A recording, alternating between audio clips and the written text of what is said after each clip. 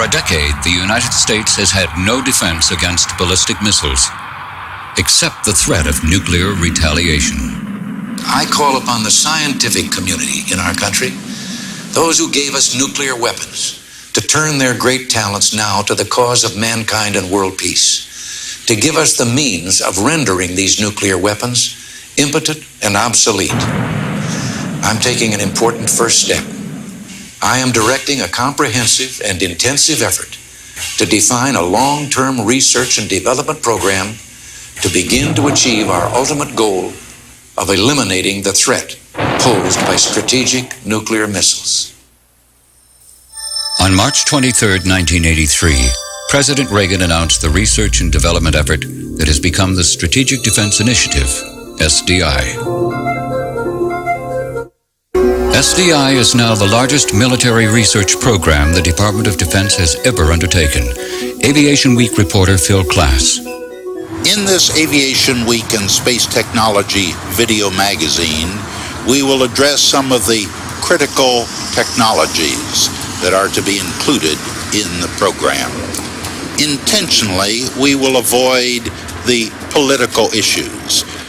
Instead, we're going to explore some of the more interesting and challenging technologies under investigation today, to discuss their role in the overall system, and to have an opportunity to meet, to get to know some of the scientists and technical managers who are playing a key role in those programs. Research into ballistic missile defense began in the 1950s with Nike Zeus. By the late 60s, Nike Zeus had evolved into the Safeguard system, intended to protect the missile bases of the U.S. deterrent force.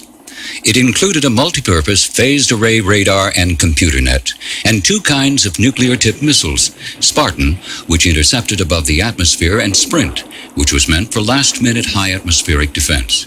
But Safeguard's radars and control centers were vulnerable to a concentrated nuclear attack. Agreement with the Soviet Union to limit ABM deployment was reached in 1972. The United States shut down its one Safeguard site in 1976, but the Soviet Union opted to maintain an ABM system around Moscow. But over the past 20 years, promising new defense technologies have emerged. Head of the Strategic Defense Initiative Organization, General James Abramson. General Abramson, what new technologies encouraged President Reagan to issue his challenge to the scientific community to seek an effective defense against ballistic missiles? Phil, I believe that there were about three basic trends in technology. First of all, the whole effort at fusion research in this country had produced and moved forward directed energy systems. That meant lasers, particle beams, all of those areas had moved forward dramatically. And that's a whole new area of technology. It has whole new promises and new problems. But in addition to that, we have made such tremendous progress in computers, in computer-related applications, in the development of software, that really puts us in a different condition than we were back in the early 1970s, when we had to try to create a very limited defensive system. Finally, I believe that we have made such progress in the miniaturizing of components that really does offer the possibility of cost-effective solutions that are dramatically different now and in the future than what we had a decade ago. The dramatically different possibility is of intercepting the attacking warheads during all phases of their flight. This flight begins with the firing of the missiles themselves, the boost phase. In space, the warheads separate in free fall over the pole, the mid-course. Finally, they re-enter the atmosphere and plunge to their targets, the terminal phase, the only place 1970s technology could intercept them. Today, all phases are potentially vulnerable. None more important to a successful defense than the boost phase. Missiles in their boost phase are easy to spot, vulnerable, and every one destroyed takes with it its entire payload of warheads, as many as a dozen or more. What made boost phase defense appear attractive was the promise of a technology able to deliver a missile-killing blow over great distances at the speed of light. the high-power laser. At the White Sands Missile Range is the mid-infrared advanced chemical laser known as Miracle. It's the most powerful laser in the nation today. Originally developed for the Navy to explore fleet defense against missiles, Miracle produces a high-power beam of coherent infrared radiation. Because it's coherent, a laser beam spreads out very little when it's sent over long distances. The beam is generated by the combustion of large quantities of deuterium and fluorine. Captain Art Schrader. The beam that is generated in the laser below us here is then routed through an optical system, squared up, various diagnostic measurements are made, and ultimately the beam comes up through the tower behind us and to the Sea-Light Beam Director. Miracle first lased here at the High Energy Laser System Test Facility in the summer of 1984. We went through a characterization period which culminated eventually in the tests last September that were done to support the SDI program. This test series included the Titan booster that for the first time put this level of power of a high-energy laser on a full-scale target. The control center for Miracle is in a separate building. Director of the High Energy Laser Systems Test Facility at White Sands, Dr. John Davies. The purpose of the Titan 1B experiment was to deposit a certain amount of laser energy on the surface of the missile and to see what kind of effect that would have. And the missile itself was loaded in such a way that it simulated the static forces it would feel during the flight if it were engaged while in the boost phase. The principal result of the experiment was that the laser fluence levels that were deposited on the missile body caused the missile to destruct. A major task of the Miracle laser today is to find out how much energy it takes to cause lethal damage to a missile, even one that's been hardened to withstand laser attack. And in this particular test series, we deposited laser energy on a sequence of material coupons that represent materials of interest not only to establish vulnerability of systems that are constructed of these materials, but also to evaluate new materials as possible hardening candidates. The beam director is now being integrated with the laser itself so that the system can be tested against moving targets. When Miracle was designed, the goal was high power, about 2 megawatts.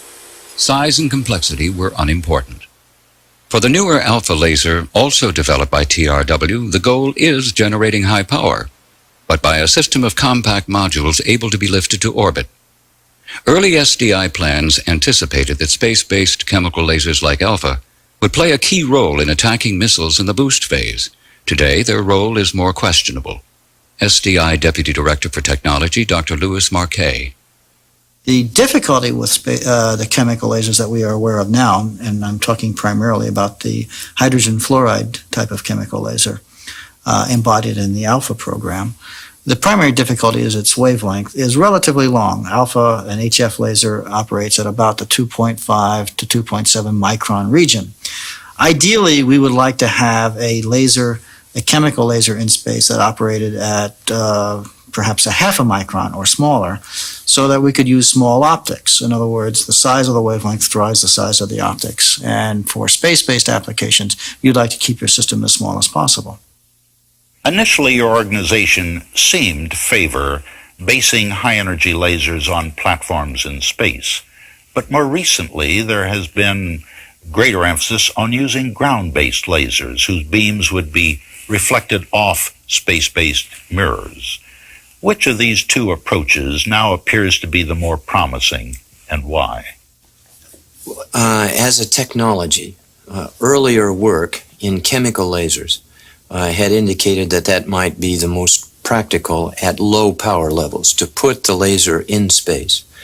But it certainly would also be very expensive. And as we made really extraordinary progress in ground-based lasers, primarily this new laser technique called the free electron laser, then it indicated that we should examine that ground-based laser technique very, very carefully. The free electron laser uses an electron beam and the technology of particle accelerators to generate laser light. Theory had long suggested this was possible. As a graduate student in the mid-60s, Dr. John Mady, now at Stanford University, was the first to suggest how it could actually be done. The trick that we used was to force the electron beam into periodic transverse motion by running the beam through an array of periodic magnets. If you imagine a series of dipole magnets that are arranged north-south, north-south, north-south, north-south, in alternating polarity, an electron beam that's run through this array will be deflected first to the right and then to the left and so on. Each time the electrons are deflected, they emit a little pulse of synchrotron radiation that travels out in the forward direction. Synchrotron radiation is light. It's amplified by bouncing it off mirrors and recycling it through the magnets until the beam becomes very intense. The wavelength can be tuned to order by changing the distance between the magnets in what American researchers call the wiggler. Other names have also been described. The French have proposed the word undulator because the beam also undulates as it moves through the field. And the Soviets call these devices snakes or magnetic snakes for obvious reasons. Let's go back a little ring. Yeah, bring the gain up a little higher. At Los Alamos National Laboratory, Dr. Charles Brow. Shortly after John Mady's exciting results back in the mid-70s, we realized that the real advantage of a free electron laser was not so much its tunability as the fact that it could be developed at extremely high powers. We realized also that we had a lot of accelerator technology here at Los Alamos, together with a lot of laser technology, and you add all those things together and it was a natural place to do research in high-power free electron lasers. The main thing to realize is that this is still really an experiment. It's not a settled device, so there's a fairly complicated sequence of turning the system on. Then we have to start tweaking the mirrors and adjusting things. And if we've been running from day to day, within about an hour after we start turning on, we'll have it lasing. And from then on, we start the experiment. The electrons for the free electron laser are generated here and are then sent to the accelerator, where they are pushed almost to the speed of light. The accelerator consists of a series of vacuum chambers powered by radio frequency, or RF, oscillators. When a negatively charged electron enters the first cavity, it's attracted to the positively charged electrode at the far end. Just as it gets there, the field reverses, and the electron is pushed into the next cavity, and so on. As it's accelerated through the cavities, the electron picks up speed and energy till it's ready to enter the wiggler. The wiggler has been recently the focus of our research since it is the device which creates the radiation, and over the last few years we've been able to take the efficiency of that device, the efficiency for converting electron beam energy into optical radiation, and raise it from about 0.1% to 2%, a factor of 20 improvement. At Stanford University, researchers have focused on improving the electron beam before it enters the wiggler. These cryogenically cooled dewars house the beam accelerator's RF cavities. The cavities themselves are constructed of niobium, which becomes superconducting when cooled, so the beam is accelerated with minimal energy loss. Another trick to improve overall efficiency is to take the electron beam after it's passed through the wiggler and instead of throwing it away, bend it with magnets back around and into the accelerator again, where some of its energy is recovered. Dr. Alan Schwetman. Remember that the superconducting cavities are a very efficient way of converting RF power into electron beam power. Energy recovery permits one to achieve efficiency in converting electron beam power into laser power. The combination of using superconducting cavities and energy recovery makes it possible to build a rather efficient free electron laser system. A free electron laser converts electricity into laser light. The more efficient this conversion, the more powerful the laser. Here at the Lawrence Livermore National Laboratory, a different and inherently more efficient mechanism is employed to accelerate the electron beam. Induction cells, instead of RF cavities, are used to accelerate the electrons. As the electrons pass through the center of each cell, they receive an energy boost from the cell's pulse generator. The Livermore Group has already achieved very high power from its machine, but plans for even more potent electron beams. Project scientist Lou Eccles. In this prototype machine, called the experimental test accelerator, we have 8 induction cells giving a total energy of the machine of about 5 million electron volts. In a more advanced machine called the advanced test accelerator, we have 190 accelerating units giving an electron energy of 50 million electron volts. The significance for the free electron laser driven by such an accelerator is that the laser light will also come out in very intense pulses. We operate ATA at a frequency of 1 pulse per second by the very nature of how the machine was designed.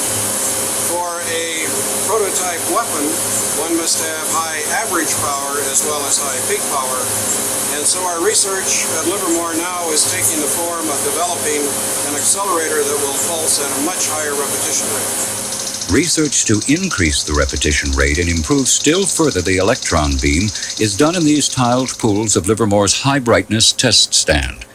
When the accelerator is operating, the pools are filled with water to shield against radiation. These new magnetic pulse power units can operate at over 1,000 pulses per second, and each one replaces 20 of the current units. The test stand holds components less than half the size of the ATA, yet they should improve electron beam brightness by an order of magnitude. High brightness refers to the amount of current that is accelerated in the accelerator and how straight it's going, how many electrons are going in the same direction.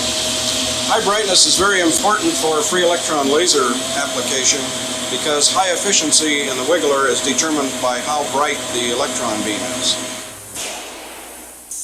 And the wiggler's efficiency determines the intensity of the free electron laser's beam, which in turn determines how much energy can be directed against an attacking missile booster and how much time will be needed to destroy it. Industry is also involved in SDI-funded free electron laser research. This facility at Boeing Aerospace is the first designed to operate at the very short wavelength of about 1 micron in the near infrared, which appears to be optimal for strategic defense applications. Such short wavelengths cause greater damage and permit the use of smaller mirrors in aiming the laser beam. However, since the electric power needed to operate free electron lasers is far greater than can be generated in space at present, they would have to be located on the ground. For their powerful beams to be directed at missiles halfway around the Earth, space-based relay mirrors, probably in geosynchronous orbit, will be required. Each relay mirror must reflect a laser beam to a lower altitude battle mirror that in turn will direct the beam to a target. A critical research concern is the first step, propagating the beam through the atmosphere. This is because the air itself will absorb some beam energy. It will also diffuse the beam, and most importantly, it will distort the otherwise highly coherent laser radiation itself. The wavefront of a laser beam starts out flat, but as it passes through the turbulence of the atmosphere, it begins to distort, developing hills and valleys, the same phenomenon that makes stars twinkle at night. A distorted wave could not be accurately sent on its way by the relay and battle mirrors, so it's crucial that the wavefront that emerges from the atmosphere be flat. A way to achieve this is to measure the distortion across the wavefront 1,000 times a second, then purposely distort the beam as it leaves the laser to compensate for the atmospheric effects. This trick requires a mirror that can be continually and actively deformed. At Adaptive Optics Associates, Dr. Alan Worth.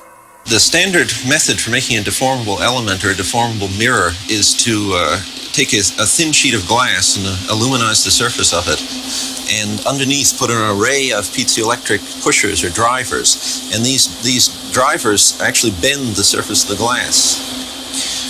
We're working on a different technology here, and the experiment is right over here. The actual mirror element here is a very, very thin membrane which has been illuminized on its front surface. Beneath that membrane there's a small air gap and then an array of electrodes. The surface of the mirror is caused to deform by applying voltages to these electrodes, voltages that are derived from the signals from the wavefront sensor, and merely the electrostatic, the capacitive forces between the electrodes and the membrane cause the surface of the mirror to deform. The Air Force Maui Research Facility in Hawaii has already seen several experiments testing these principles of adaptive optics. Low-power lasers have been reflected off sounding rockets and the space shuttle. The distortion by atmospheric turbulence was measured and used to actively adjust the surface of a deformable mirror, which returned the beam to coherence. The dramatic results of tests run in November 1985 are described by the SDIO's Dr. Louis Marquet.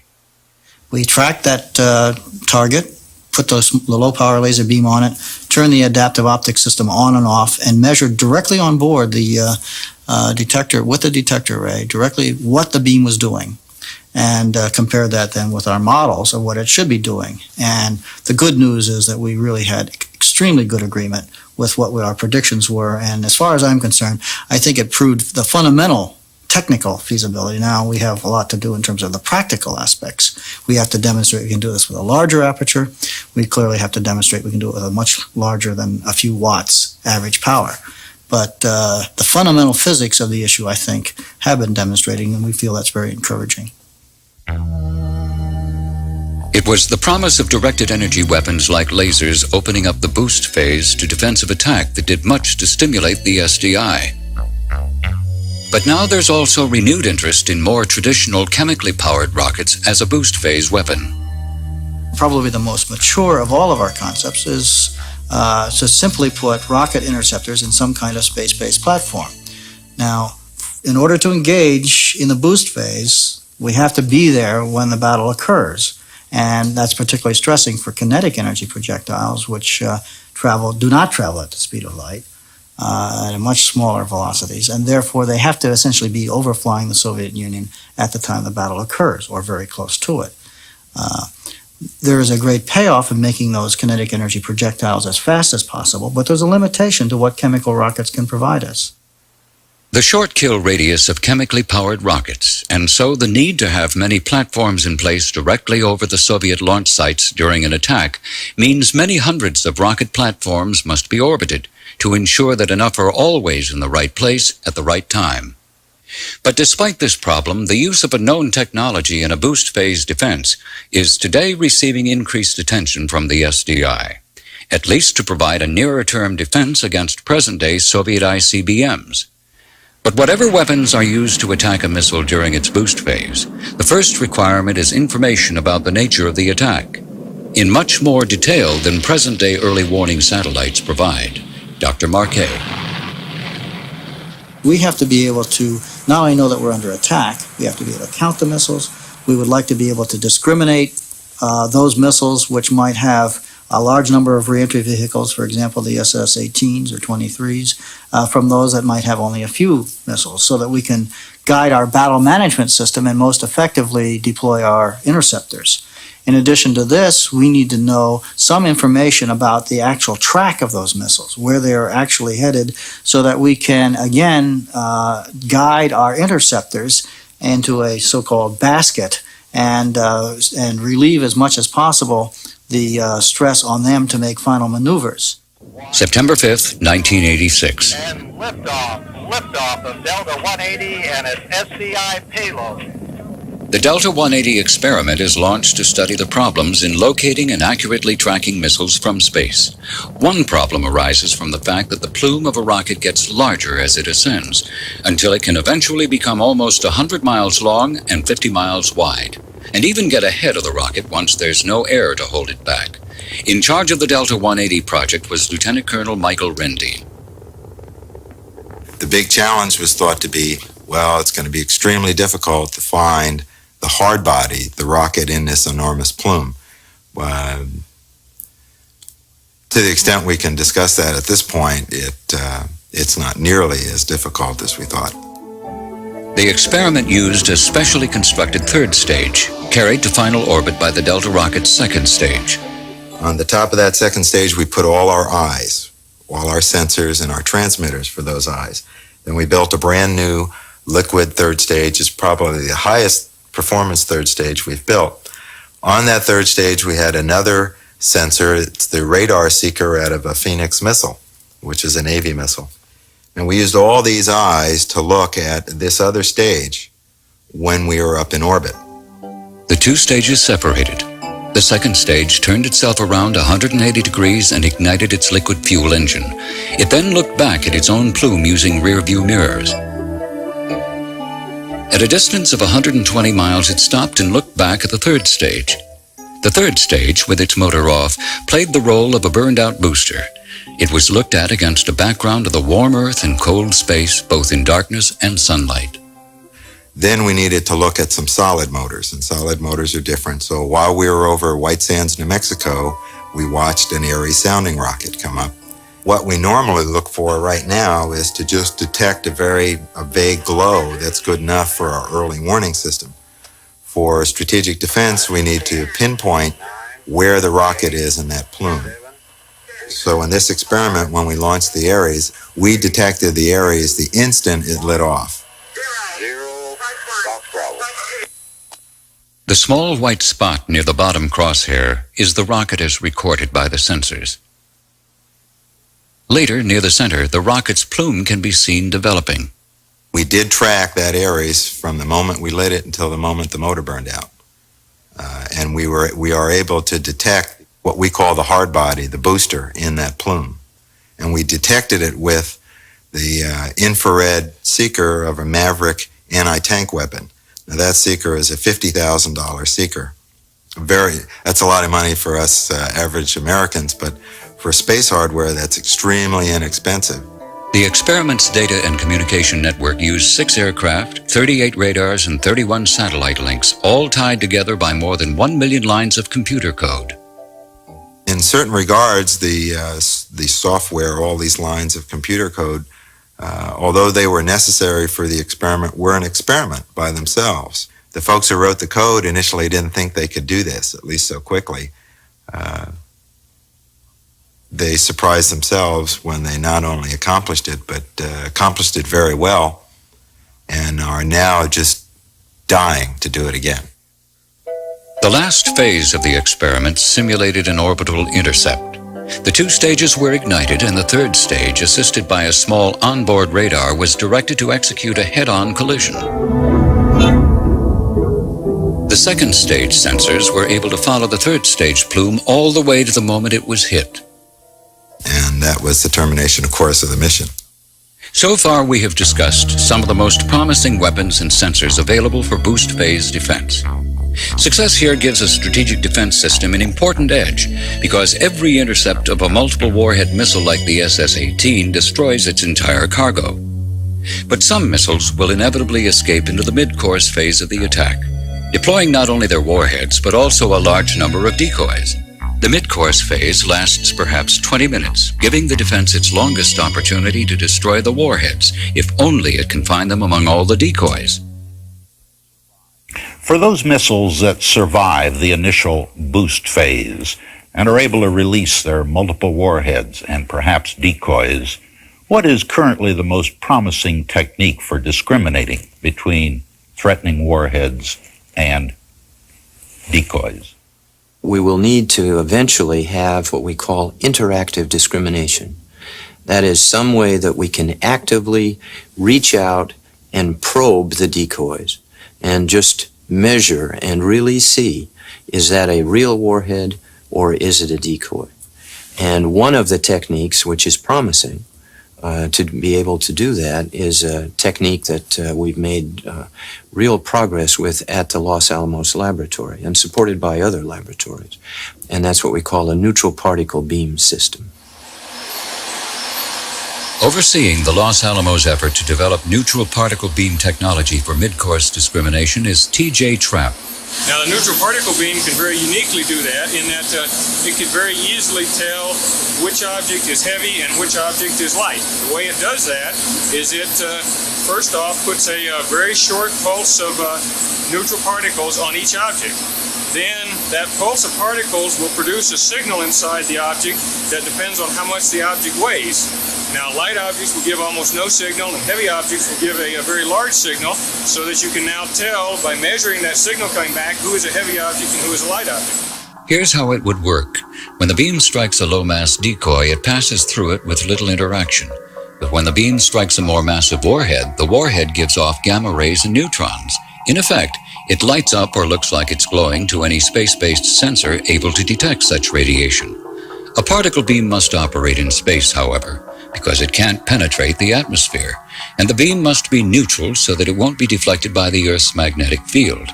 Just such a lightweight, neutral particle beam generator that could be demonstrated in space by the early 1990s is the object of the basic research being pursued at Los Alamos. The beam begins with a source of particles. Here at Los Alamos, they are negatively charged hydrogen atoms.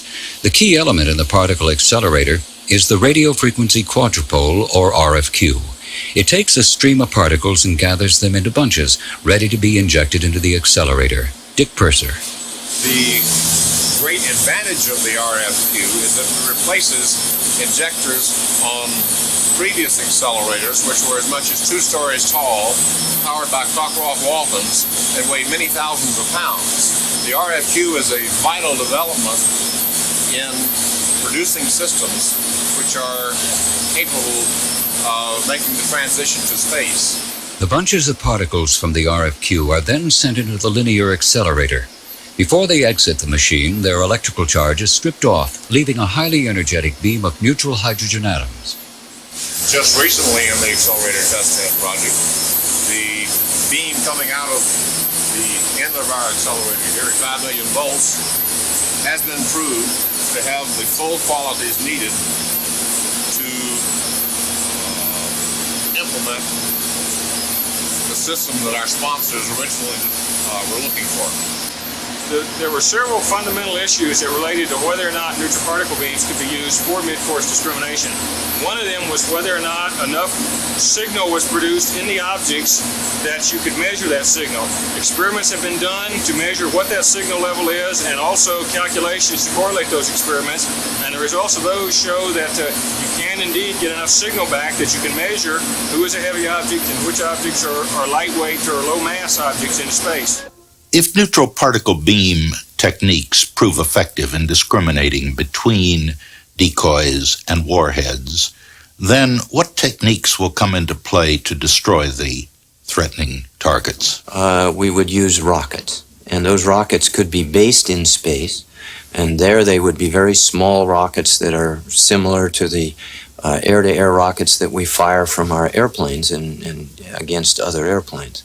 They would be small but very, very fast, based in little garages in space, and fire out and home in on the warheads that have been discriminated and designated as real warheads.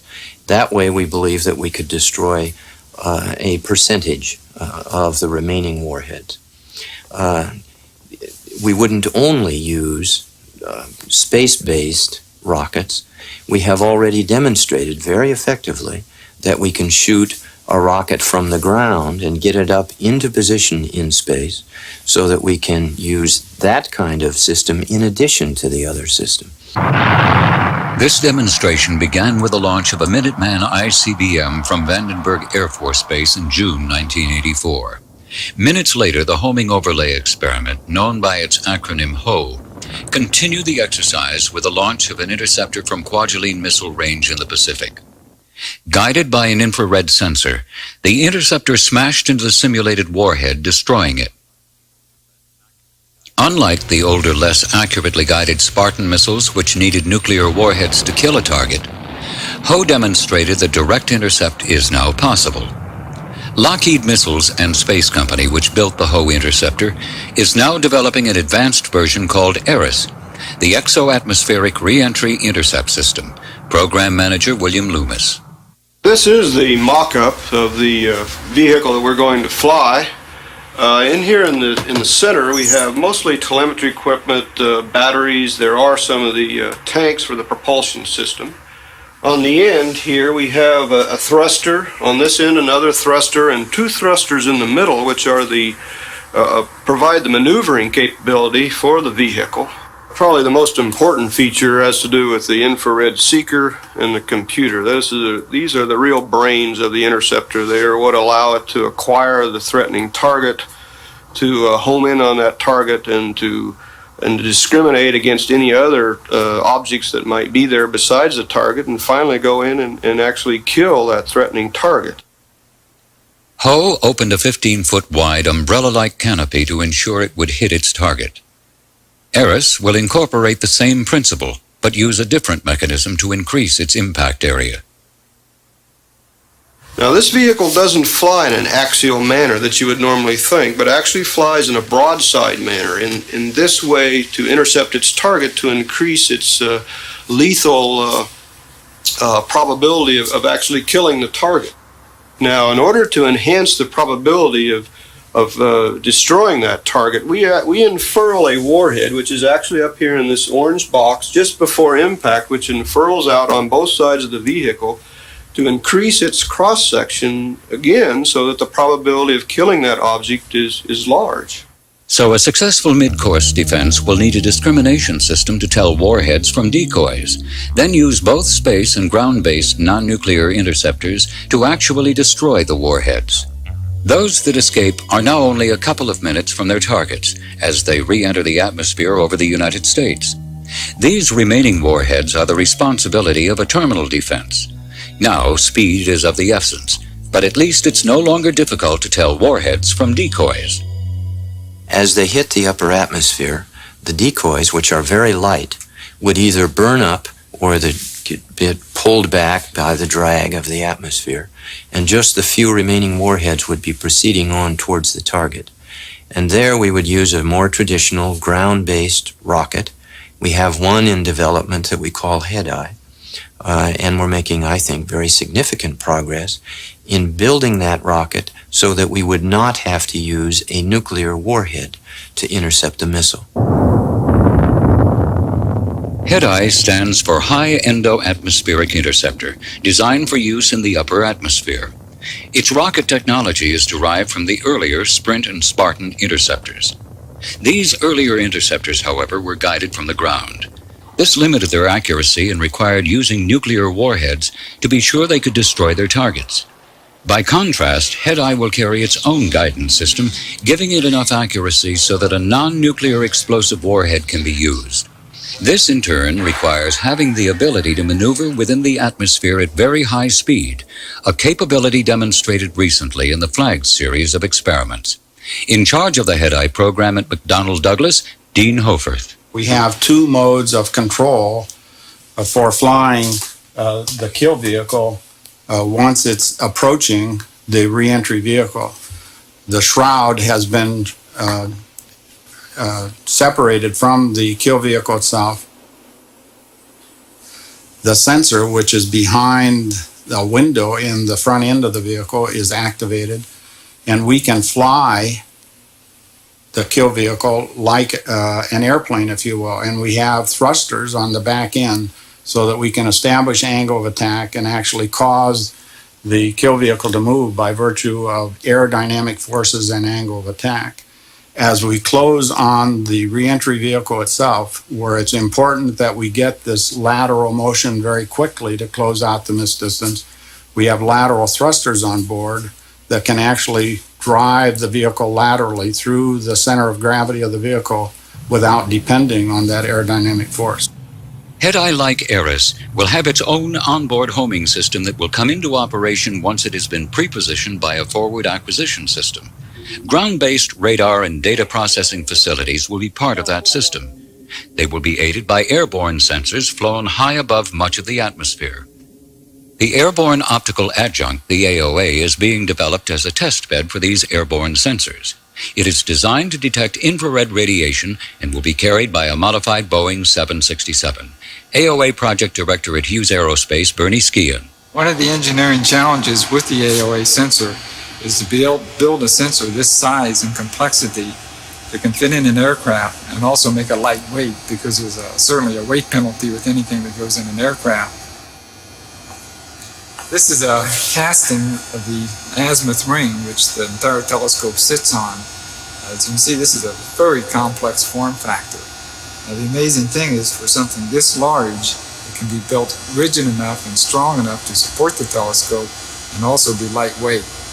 This entire huge casting here weighs less than 400 pounds. It's hollow on the inside and has many complex shapes here that have been molded into the contours of the telescope. In operation, the AOA sensor will collect infrared radiation emitted by incoming warheads.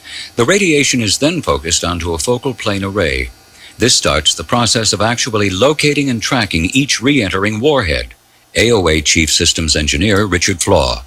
In order to detect objects that are outside the atmosphere with the very high background that we have in an AOA system, which is airborne, we have to do two things.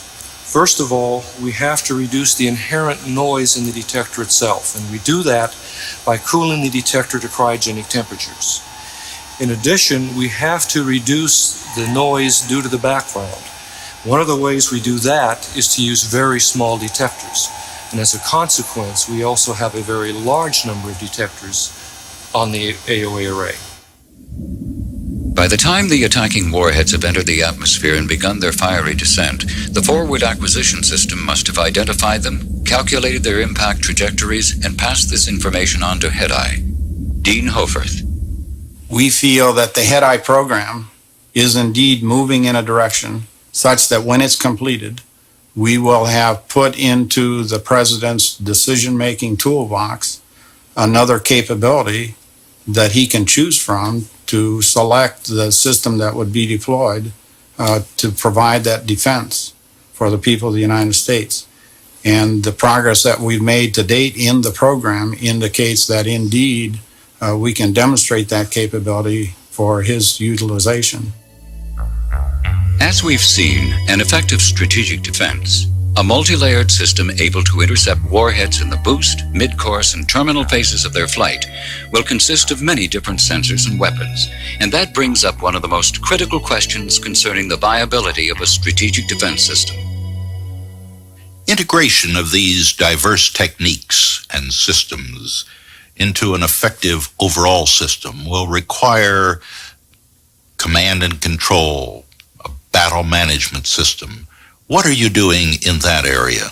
That is one of the most difficult problems, because this is a system of systems. We're tackling it two ways. One, we have very serious efforts looking at the architecture. How many of what kind of weapons, and what is the communication that are required back and forth between the sensors and the weapons? We're studying that, trying to minimize that, make it as simple as possible. And the fact that we now have such efficient telecommunication systems and such efficient computers offers us, I think, great hope that we can do that. But the way that we'll prove that we can do that is by building a ground simulator of the overall system so that you can test on the ground in computers how all these systems react and work together. And in order to do that, we have started a project that we call the National Test Bed, which will be out in Colorado, and it will really achieve that effort. Create a place where we will simulate the entire system, and in that simulation, gain the confidence that it will do the job that we need. This is NORAD, the North American Aerospace Defense Command in Cheyenne Mountain, Colorado. The National Test Bed is scheduled for construction nearby at Falcon Air Force Station. The test bed will simulate some NORAD command and control operations, but it will use them together with other simulations based on the new strategic defense technologies. In charge of the National Test Bed, Lieutenant Colonel Richard Paul. The National Test Bed is a concept in which we can start to test various pieces of technology in a system framework. Weapons technology is being tested in one place. Sensor technology is being tested in another place. Battle management technologies might be tested in a third place. What we want to do in the National Test Bed is find a vehicle for running those technologies together in a system context rather than individually, and understand what the interactions are between them and how they might work together as a system. Present simulations are part of the effort to determine the most effective strategic defense architecture, what kinds of weapons might be needed, how many, where they should be deployed. Colonel Paul. What you see running on the display is a Soviet attack, a hypothetical Soviet attack against the United States.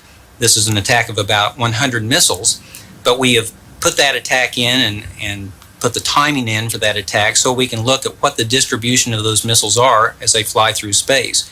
And we can understand their sequencing, their timing, And that in turn helps us understand how many objects a sensor has to detect, what the bunching of those objects might be as a weapon heads towards those missiles, and just better visualize the whole dynamics of the problem. Using such simulations, it's possible to test different architectures and assess which ones offer the most cost-effective defense. We're now getting an idea of some ballpark figures, and some of the kinds of architectures we're looking at for the battle management problem typically include a few sensors up to tens of sensors as a maximum, and several hundred kinetic energy weapon satellites up to a few thousand kinetic energy weapon satellites. Each weapon satellite loaded with a few weapons, perhaps any place from 5 to 10 to 15 to 20 weapons. So far, most of the simulations are unable to mix and match. In other words, they can consider only one weapon system at a time. Working on developing a model called DTEC that could handle combinations of technologies is Dale Henderson. Well, there exist now, of course, many computer models or simulations of pieces of a strategic defense problem in action, how you might defend the country or parts of it from ICBM attack. Many of these models do many things very well, but there isn't a comprehensive package together which plays all the pieces at one time. For instance, if you'd like to study a free electron laser in cooperation with a nuclear particle beam, in cooperation with homing rockets, how many of each of these do you need to have to optimize your system? Not only how many, but how would they best be used in combination? Here's the set of chemical rocket platforms we saw earlier. Suppose a few ground-based free electron lasers were also available. How could the lasers and rockets best be combined in a boost phase defense? Those missiles which had been burning for some time and were about to burn out and to begin deploying their reentry vehicles, you would probably want to assign to a directed energy weapon, because it's a speed of light weapon and could kill that missile even with only 1 to 2 seconds remaining before the reentry vehicles were deployed. On the other hand, a missile just boosting and that still had 2 or 3 minutes of boost time remaining, you might want to assign a kinetic energy weapon to. So you could conserve the fuel on your directed energy weapon and actually hit a missile that your kinetic energy weapon could reach. This sort of combination implies that a command and control structure must also be included in the planned simulations. Dale Henderson. Many existing engagement models don't include the uncertainties of command and control, the problems of sending required messages from here to there, the problem with sensors not seeing the right things. These questions bring us to the heart of the Strategic Defense Initiative, and one question has received a good deal of publicity, namely the difficulty of writing the command and control software for a strategic defense. And it's here that the simulations are beginning to suggest some potential approaches to the problem. Colonel Paul. We are trying to look now at concepts in which the pieces of the system can be partitioned up, so that small partition pieces can be designed independently of one another with very tight interfaces defined in between, allowing many people to work on independent pieces of software, but working on pieces of software designed to a standard interface and set of standards, as opposed to writing one huge monolithic software program, and some kind of systems might lend themselves better to that approach. The supercomputers now becoming more available are also seen as helping resolve the software problem. Not only Crays, but new machines based on parallel processing architectures may play an important role here. New developments in chip design and chip materials are also allowing ever more rapid computation. Gallium arsenide is an intrinsically faster medium than silicon for electron flow, as well as being more robust in a space-based environment. And today, the technical difficulties in working with it are rapidly being overcome. So, a possible approach in software is not to try to come up with very sophisticated, optimum performing software routines, but rather some suboptimal routines that are not as fancy, but that take advantage of the high computing power we have available. That is, not to try to finesse a solution by being sophisticated in software, but using simple software solutions and relying on the massive increases in computing power that we expect through hardware, just as we've experienced during the past several years.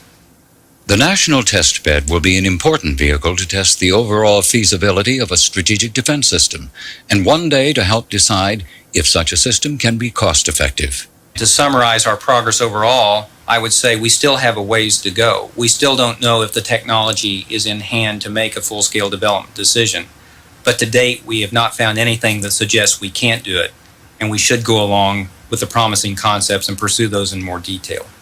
The notable success, however, of some SDI subsystem tests, like the Ho experiment, have encouraged advocates to argue for the deployment of some defensive systems soon. Recently, there's been growing pressure from Congress for your organization to devote more of its resources and efforts to a nearer-term ballistic missile defense for our strategic missile silos, and to maybe push your longer-range research onto the back burner. What are your reactions to that? Well, today our fundamental strategy is one of retaliation. And that means that we have to ensure that our offensive missiles are just so well protected in huge, deep silos, or by moving them around in mobile ways, or putting them in submarines, so that we will always have that deterrent there. Now, what SDI is trying to do is to build a defense someday that will make it so difficult that the Soviets would say, I can't achieve my military objective. I can never have confidence that I can get through many layers of defense and either threaten populations or destroy military targets. That's a different kind of deterrence.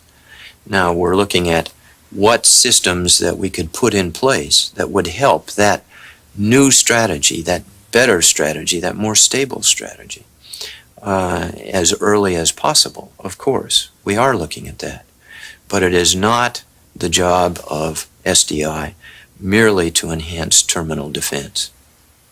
But before any strategic defense can be developed, many key technical questions remain. Among them, the effect of Soviet countermeasures, such as the hardening of their boosters against laser attack. Dr. Marquet. Until we actually start to carry out experiments with deliberately hardened boosters, taking, again, the idea of putting ourselves into the mind of the Soviet, using Soviet technologies and techniques to harden up those boosters, and then carrying out experiments with hardened boosters to see what the practical limits are. We're really not going to have a good answer and understanding to what the lethality issues are for laser beams. That's one of the critical issues for the viability of the entire directed energy concept in the boost phase. What does it take to actually kill a booster? And what are the penalties for hardening them? It is in the context of such unanswered but fundamental questions as these that the recent budget cuts in the SDI must be considered. Congress recently slashed your budget by about a third for fiscal 87. What effect will this have on your current plans and programs? Well, it has a major impact, obviously. We can't cut a plan which was already, we thought, a prudent plan and an effective plan by a full 30% without having a major impact. In some cases, we've had to take places where we're researching two avenues of technology and make a decision that we're just not going to pursue one of those avenues anymore, and we'll go on this one. And in some cases, that decision is quite premature. So that means we're adding risk to the program. There's no question that the reductions in Congress is going to have a major impact on, number one, the depth of the investigations, the research into which we can go, and also the breadth. If we continue to attempt to resolve these critical issues for a decision in early 92, and I believe it's important not to prolong the issue indefinitely, then we're going to have to give something up. And I'm afraid what will be compromised is the quality of the data on which we are going to be basing that decision. One of the most important things for the public to understand about SDI is that it is a research program and that it is not finished yet. And that while we've made a lot of progress, there are still many tough questions that have to be addressed. And we don't know yet if we can solve all of those problems. We're making progress. We're attacking them in what I believe is a logical, structured approach, but we don't have the answer, and we don't know today if we are ready to deploy. So those who think that we are ready for a deployment decision need to understand there is still more research to be done. Perhaps the most important thing to realize is that a lot of the issues which are now involved in debate about strategic defense, people who are its proponents or its opponents, have strongly held positions this way or that about issues that are really amenable to analysis, and that in some cases that analysis hasn't been done, or hasn't been done as well as it might be, because the tools don't exist.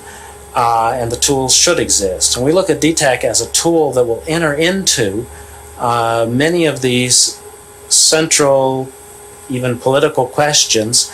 We're not taking sides in it, we're not selling answers, but we are building a tool which can help an honest discussion in place of a more acrimonious debate. I think we've moved ahead just dramatically. In some cases, the movement is not these very large things where you see a booster destroyed. In some cases, it's something that only a technologist can truly appreciate. And that's where you get a microchip that will be nuclear radiation resistant. And you know how to build it, and build it so it will be low cost. And that's just as important as the big, dramatic kind of visible progress. The way I try to put it is that we're putting the bricks in place one at a time, and they're coming in at an ever-accelerating rate.